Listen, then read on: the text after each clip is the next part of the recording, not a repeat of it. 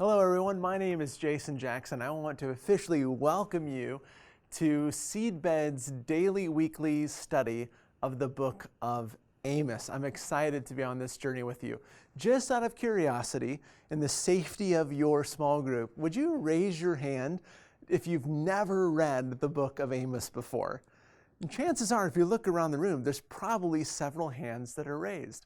Then when we think about a book like Amos, it's not one of the more commonly known or commonly read books in the Bible. You know, if you think about the Bible as a whole and look at maybe where the pages are most worn in the average person's Bible, they're more worn in the New Testament than they are in the Old Testament. And then in the Old Testament, they're more worn around maybe something like Psalms and Proverbs, or maybe the Torah, Genesis, Exodus, those kind of opening books. They're least worn kind of around the prophets. And then when you get into the prophets, even in that group, the people like Isaiah and Jeremiah and Ezekiel, the folks that we call the major prophets, are probably more read than the minor prophets. And Amos is one of these minor prophets. And so you're not alone if you've never taken a look at this book before. It's in the least read portion of the least read portion of the least read portion of the Bible. But also in addition to that, the prophets can be rather intimidating or challenging to read. We're not exactly sure what to do with them. And one of the challenges that we face actually in trying to read the Old Testament prophets is all the things that we bring into our reading about what a prophet is. In my earliest memories of my childhood, if you were to ask me what a prophet was, my only sort of framework would be that a prophet is someone who in some way tells the future and would be like a fortune teller in some way. Like my image was probably the image of Zoltar in the movie Big, if you ever saw that 1980s classic with Tom Hanks, where he puts a quarter into the machine and this arcade machine, Zoltar, predicts or tells your future. When I became a follower of Jesus at the end of high school, my initial church experiences were actually within the charismatic movement. And within that movement, I began to have a whole nother framework for what a prophet is. And in there, and a lot of times in that movement, the way that I heard a prophet talked about is someone who speaks a word for someone, usually something about calling something out of that person, encouraging them in some way, or maybe even saying something about their future or their call to ministry. The other way that I thought about a prophet in those arenas was, as somebody who had something to say about the future. That a lot of my picture of a prophet was a televangelist with a big timeline and pictures behind them, and all the things that they were kind of taking from Daniel and Revelation and all these things, kind of putting them together to talk about what was happening in the world and when Jesus would come again. And yet then when I went to seminary and actually began reading the Old Testament prophets, I realized that the Old Testament prophets don't actually tell the future all that much. There's times that they're doing foretelling or future telling or predicting in some capacity, but the majority of time what the prophets in the Old Testament are doing is they're forthtelling. They're speaking the truth in the middle of a present situation. So what a prophet really is someone who's called by God to speak on God's behalf into a particular situation at a particular time. And what they oftentimes do is they speak in one of two ways. And really, they're kind of related to one another. They're either speaking up for someone or they're speaking up against someone. And usually they're speaking against someone as a way of standing up for someone. So you can kind of think about it in that way. They're either standing up for someone or standing up to someone on God's behalf based on what's happening in the situation. And so we think about it kind of in those terms. It reminds me of just thinking about my own life. I have 3 brothers, since there were frequently times that my older brothers were standing up for me, that if they thought that I was in some way being mistreated or that there was something unfair happening, that they would be the first ones to speak up on my behalf. Oftentimes that was umpires at baseball games when they felt like they weren't calling balls strikes and strikes balls and those kinds of things. But they would speak up for me when they felt like I needed a voice or I was being mistreated.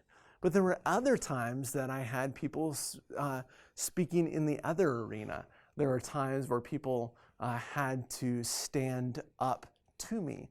I think about one time in particular when I was early on in ministry. I was a youth pastor in my 20s and thought I had everything all figured out. And I actually walked around the church with quite a bit of arrogance or pride and did not use my words kindly toward the senior pastor. And the senior pastor called me rightly into his office and had a sit-down confrontational meeting with me, which he very lovingly but very rightly called me out on the way that I was behaving and acting and speaking. It was not a comfortable kind of conversation. And if we think about the prophets doing those two things, there are times when they're standing up for someone that they're speaking words of comfort or hope or salvation. And those times we do find them talking about the future. There's going to be a day that comes when this bad thing that's happening is going to end. So there can be some real comfort in the prophets. But when they're standing up to someone, there can be a lot of challenge and confrontation within the prophets, words of judgment and critique rather than words of salvation and hope. But this is fundamentally what the prophets do. And this is actually what Amos is doing in this book, that God has called Amos on his behalf to go to Israel. So Amos is this farmer from Judah, this wealthy landowner who's being called to go to the northern kingdom of Israel and to stand up for the poor and the marginalized and the oppressed, and to stand up against the wealthy elite, those who are aristocrats and rulers and people in the court systems, those who are oppressing the poor and gaining their own wealth and power through those practices, and then denying the poor justice so that there's no way for them to break the cycle. And so what we find in Amos is him primarily going to the north on this side of things to stand up to speak out against Israel's practices. So Amos is a book that's filled with judgments and warnings and critiques on God's behalf against those folks. This is why the dominant image of God in Amos that we encounter from the very beginning is God as a roaring lion. That God roars and rages against the kinds of practices that Israel is engaged in that is causing the exploitation of other people. So as we read Amos, or really any of the prophets, there are times that we might hear the prophet's word or God speaking through the prophet, and that might comfort us, encourage us, and give us hope. But there are other times that as we read the words of the prophet, we might hear God challenging us, confronting us, rebuking us, disciplining us in some capacity. And so in Amos in particular, because he is standing up to Israel's wealthy elite, most of his words kind of fall in this category. And we might find ourselves in that place, receiving some of those same words from God. But we have to remember, as we listen to those things, the reason that God sends his prophets is because he loves his people, that he wants to confront things in our lives, challenge things in our lives that are destructive for us, destructive for others, destructive for the world and God's plans and purposes, so that he might realign us to the very things that we were created for. He might bring us back into right relationship with him and right relationship with others for our good and for his glory, that his kingdom purposes might continue to move forward in our lives and in the world around us.